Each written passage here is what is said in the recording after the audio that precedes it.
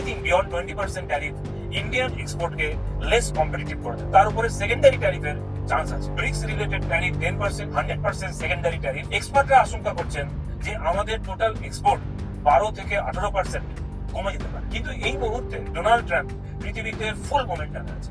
চাইনাকে কিন্তু ট্রাম্প মাত্র 10% ট্যারিফ চাপিয়ে দিয়েছে। জাপান পর্যন্ত ইউএস এর সামনে গো ডাউন করেছে। ইন্ডিয়া ইউকে এর সঙ্গে ফ্রি ট্রেড এগ্রিমেন্ট করেছে। পেনফুল ম্যাটার হবে আমাদের দেশের এক্সপোর্টারদের জন্য যে ইন্ডিয়া গভর্নমেন্ট ন্যাশনাল ইন্টারেস্টকে সব থেকে বেশি মর্যাদা দেবে। নমস্কার, আমরা আজকে আবার একটা ছোট ভিডিও নিয়ে একটা বিষয়ের উপর ভিডিও নিয়ে আজকে আবার এসেছি। ডোনাল্ড ট্রাম্প ইন্ডিয়ান এক্সপোর্টের উপরে 25% ট্যারিফ ইম্পোজ করেছেন। এটা কিন্তু ইন্ডিয়ার পক্ষে চিন্তাজনক ব্যাপার। তার কারণ এনিথিং বিয়ন্ড 20% ট্যারিফ ইন্ডিয়ান এক্সপোর্টকে লেস কম্পিটিটিভ করে দেবে এবং এটা সাফিসিয়েন্ট ব্যাড নিউজ, কিন্তু এর উপরেও ব্যাড নিউজ আছে। তার কারণ হচ্ছে ইন্ডিয়া যেহেতু ব্রিক্স গ্রুপের মেম্বার এবং ইন্ডিয়া রাশিয়ার কাছ থেকে অয়েল এবং আর্মস পারচেস করে, তো ফলে তার উপরে সেকেন্ডারি ট্যারিফের চান্স আছে। তার মানে ওয়ার্স্ট কেস সিনারিও হচ্ছে যে ইন্ডিয়ার উপরে ট্যারিফ হচ্ছে 25%, ব্রিক্স রিলেটেড ট্যারিফ 10% এবং এরপরে রাশিয়ার কাছ থেকে অয়েল এবং আর্মস পারচেস করার জন্য 100% সেকেন্ডারি ট্যারিফ।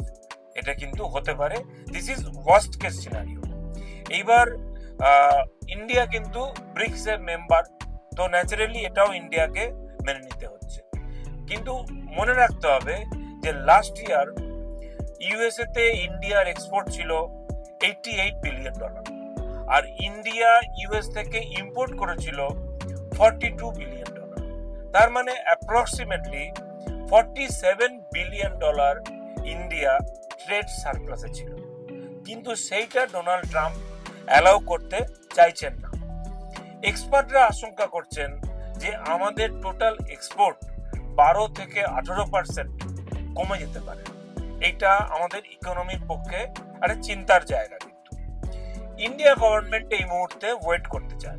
তার কারণ হচ্ছে ইউএস ট্রেড ডেলিগেশন ইন্ডিয়াতে আগস্ট মাসের মাঝামাঝি আসবার কথা, 14-15 আগস্ট ইন্ডিয়াতে আসবার কথা। সেই সময় এগেইন আর একটা পার্ট অফ নেগোসিয়েশন হবে।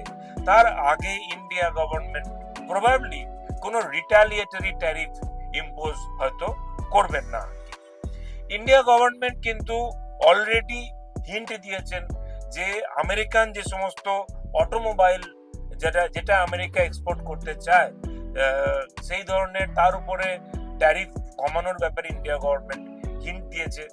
আমেরিকান হুইস্কির উপরে ট্যারিফ কমানোর ব্যাপারে ইন্ডিয়া গভর্নমেন্ট অবশ্যই হিন্ট দিয়েছে। ইন্ডিয়া গভর্নমেন্ট যতদূর খবর আছে যে India government US arms purchase করার জন্য রেডি আছে। কিন্তু সেখানে একটা বিরাট বড় কিন্তু আছে, সেটা হচ্ছে ইউএস কোম্পানির সঙ্গে এক তো হচ্ছে ইউএস কোম্পানি আর্মস বা মিসাইল বা ফাইটার জেট এর অত্যন্ত বেশি দাম নেয়। এটা একটা ব্যাপার, কারণ ইন্ডিয়া গভর্নমেন্ট এখন নিজেই অনেক সস্তায় ইউএস এর থেকে অনেক এফেক্টিভ মিসাইল বানাতে পারে। যেটা পারে না সেটা হচ্ছে ফাইটার জেট। সেই ফাইটার জেটও কিন্তু ওরা দাম অনেক বেশি চায় এবং ইউএস কোম্পানিগুলোর সমস্যা হচ্ছে তারা সময় মতো ডেলিভারি দেয়। ওই জন্য ভারত সরকার আর্মস ডিল করার আগে এবং তারা ইম্পর্টেন্ট ব্যাপার সেটা হচ্ছে তারা টেকনোলজি ট্রান্সফার করতে চায় না। তো ইন্ডিয়া গভর্নমেন্ট ওই জন্য ইন্টারেস্টেড নয়। ইন্ডিয়া গভর্নমেন্ট সেই আর্মস ডিলেই ইন্টারেস্টেড যারা টেকনোলজি ট্রান্সফার করবে।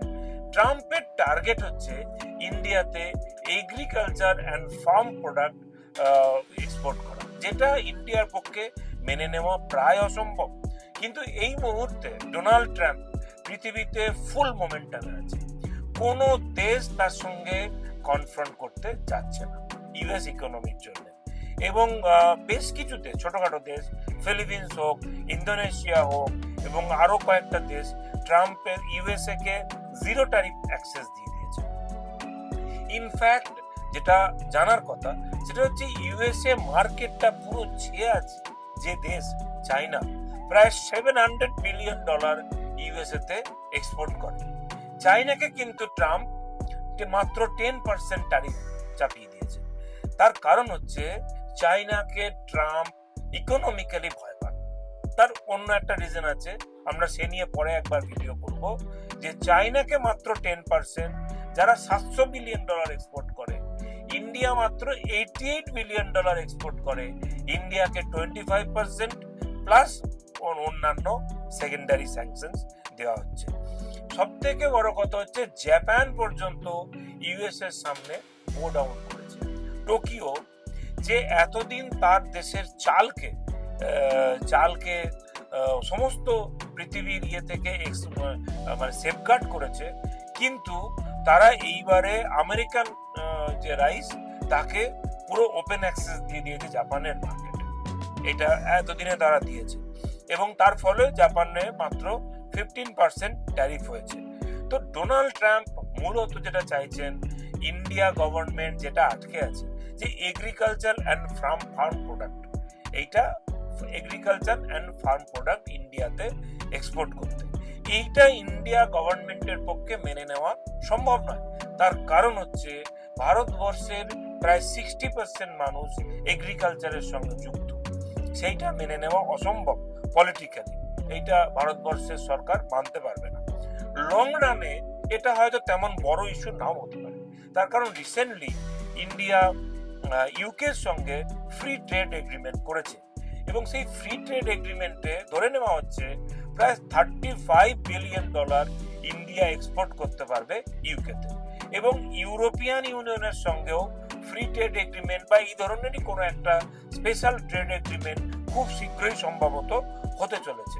ইন্ডিয়াকে মিডল ইস্টের যে সমস্ত রিচ কান্ট্রি তাদের সঙ্গেও এই ধরনের ফ্রি ট্রেড এগ্রিমেন্ট বা স্পেশাল ট্রেড এগ্রিমেন্ট করতে হবে।